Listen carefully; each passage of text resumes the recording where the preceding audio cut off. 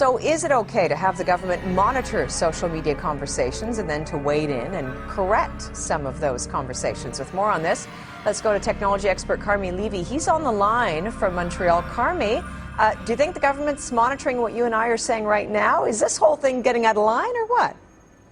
I'm going to wonder every time I post online, is someone from the federal government watching what I'm saying? Right. Do I have to change the temper or the tone of my argument simply because I worry that I'm being watched? It is a little bit scary. We've been talking about this risk, this online risk for so long. Now that the government is wading into it, I think it needs to be very conscious of the potential for those fears to come true. So you do foresee, people who are engaged in, maybe a political conversation online in some sort of social forum, that there's going to be an element of fear and that eventually it could change what people do say on the internet if it's political in nature?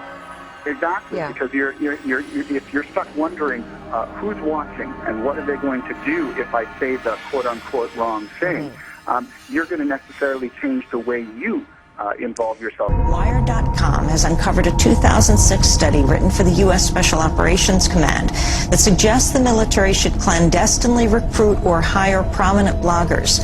The report stated, quote, hiring a block of bloggers to verbally attack a specific person or promote a specific message may be worth considering. The report also suggested the Pentagon hack blogs that promote messages that are antithetical to U.S. interests. The report stated, quote, hacking the site and subtly changing the messages and data, merely a few words or phrases, may be sufficient to begin destroying the blogger's credibility with the audience. The average American would be so shocked to find out there's something called COINTELPRO, the FBI's covert action programs against American citizens. Now, this Senate report tells what the FBI was doing against the American citizens, literally. Here's their statement. COINTELPRO began in 1956, in part because of the frustration with the Supreme Court rulings limiting the government's power to proceed overtly against dissident groups. It ended in 1971 with the threat of public exposure.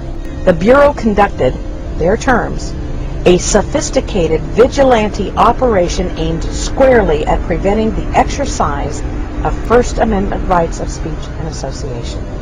COINTELPRO, where they had targeted thousands and thousands of people for investigation based upon no violation of the law, just hunches and suspicions, where they were tracking down Martin Luther King, who had committed no crimes, but they were tapping him, they were covering him, they were on his case all the time, and they were trying to dismantle him as a leader of the civil rights movement. But the fact that this could happen in America, this nation of laws and accountability, and happen over so many years.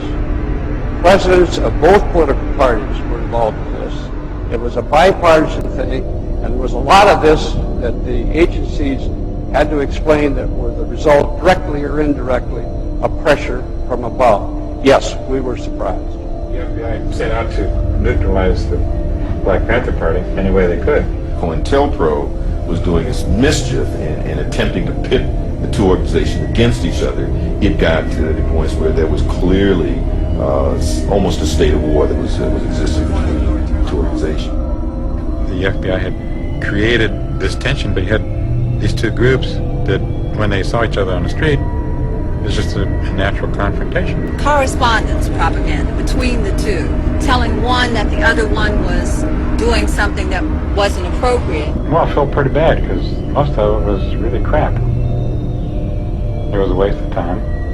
We destroyed a lot of lives, and I always deny that, but New York City Police Department had infiltrated the Panther 21, and the highly publicized, highly touted trial of 21 members of the Panther Party for allegedly plotting to blow up department stores turned out to be a total hype, entire harassment, entrapment by the FBI, where it was revealed that FBI agents had infiltrated the Panthers, and the people behind any ideas of a plot to blow up anything were all government agents. It's been revealed that incendiary blogger and radio host Hal Turner was an FBI informant and agent provocateur. Turner is being charged with making death threats against Connecticut legislators and Illinois judges and he is to claim that his actions were legal because he did the same when employed by the FBI. Prosecutors have acknowledged that Turner was an informant who spied on radical right-wing organizations. But Turner went much further than spying. He also called for former Congresswoman Cynthia McKinney to be lynched. McKinney responded to the news saying, quote, "It has just now come to my attention that a journalist who suggested that I be lynched was actually being paid by our own government to say that. Now, when I reported it to the FBI, how in the world was I to know that he was at that time on the FBI?" All right, to Tel Aviv now, as cash-strapped Israeli students have found a new way to relieve their financial plight. They can get easy money by simply posting positive tweets for the government and clicking the like button. It's after authorities came up with the idea of offering youngsters salaries and even scholarships for protection of the government's interests in fighting anti-Semitism on the web. Ironically, though, the father of the digital diplomacy program has come under fire for posting racist comments, the very thing he was meant to be combating. Paula Sleer takes up the story. Public opinion against Israel is at an all-time low. Recent wars with Gaza and the seemingly never-ending occupation have left the country waging a PR war. This is a very massive wave of this false propaganda and attempts to legitimize, our right to defend ourselves and even our right to live in our historic land. So we have to do everything to tell the truth. For 65 years, Israeli diplomats have struggled in their posts. In the modern world, they need all the help they can get. Enter the undergrads. The idea is to pay students to tweet pro-Israeli propaganda. Lidor Bar David has been doing it for a while, but as a volunteer.